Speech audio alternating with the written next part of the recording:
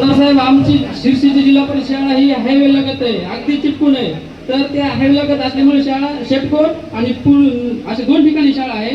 तर त्या ठिकाणी काय होत आहे, वारंवार जिल्हा परिषद शिक्षक हे स्विफ्ट डिझायर आल्टो वेगवेगळ्या कारमध्ये तेवढं त्याची आम्हाला काय घेण्यात नाही, पण ते हायवेला चिटकून लावते. जर यदा कदाचित हायवेच्या भरधाव वाहनांची जर धडक वगैरे काय बसली तर त्या पाल्याच्या जीविताची जबाबदारी घेणार का शिक्षण अधिकारी साहेब किंवा जिल्हा परिषद शिक्षक? प्रश्न क्रमांक 1.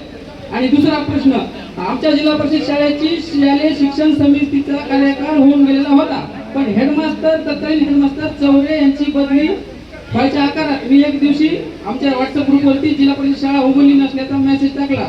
9:47 वाजता क्लूब होतं आणि मी फोटो काढला, तो व्हॉट्सअप ग्रुपवर टाकला. नंतर त्या अध्यक्ष उपाध्यक्षांनी राजीनामा देण्याचं हे केलं. तर चौरेंची बदली झाली, त्यावेळेस त्यांनी त्यांचे राजीनामे वापस केले, त्यांना पुन्हा पदावर ठेवले.